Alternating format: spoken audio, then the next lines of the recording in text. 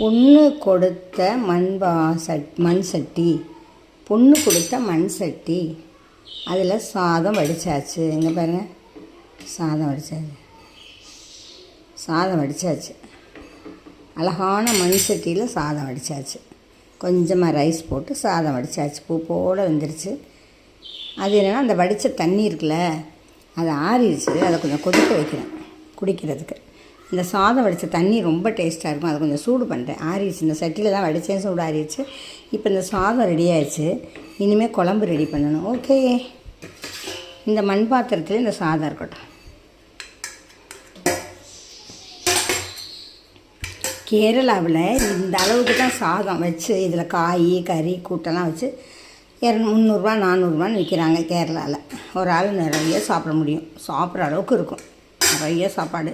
அந்த சாதத்தை நம்ம இந்த 1 டம்ளர் அரிசியில் இவ்வளோ சாதம் வச்சாச்சு. சாதம் ரெடி.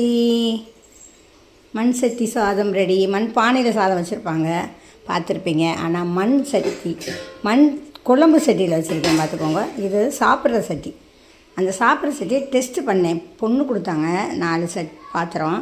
இதை கொண்டு வந்து நான் டெஸ்ட்டு பண்ணேன். அம்மா இதை பழைய சாதம் சாப்பிடுங்கம்மா, பழைய சாதம் இதில் போட்டுன்னு சொன்னாங்க. ஆனால் இன்றைக்கி நான் தைரியமாக சாதமே வச்சுட்டேன். ஆனால் நெக்ஸ்ட் இந்த தண்ணியை குடிச்சிட்டு எவ்வளோ டேஸ்ட்டாக இருக்கும் தெரியுமா? இந்த தண்ணியை குடிச்சிட்டு இந்த சாதம் அதில் கிடக்கு பாருங்கள்.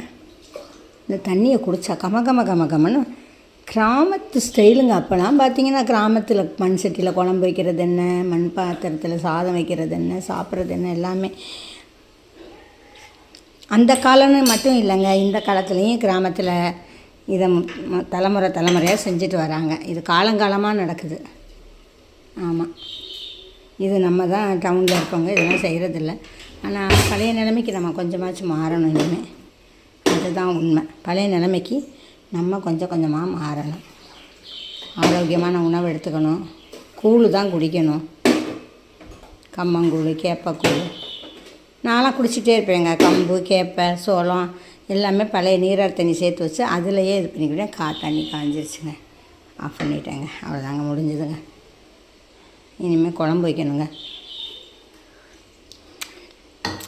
செமையாக இருக்குங்க. தண்ணி செமையாக இருக்குங்க. எல்லோரும் விரும்பி சாப்பிடுங்க. மண் பாத்திரத்தில் சாப்பாடாக்கி. இந்த வீடியோ உங்களுக்கு பிடிக்கும்னு நினைக்கிறேன். பிடிச்சிருந்தா கமெண்ட் பண்ணுங்கள், ஷேர் பண்ணுங்கள், லைக் பண்ணுங்கள். மறக்காமல் பெல் கன் பண்ணி ப்ரெஸ் பண்ணுங்கள். Okay, thank you.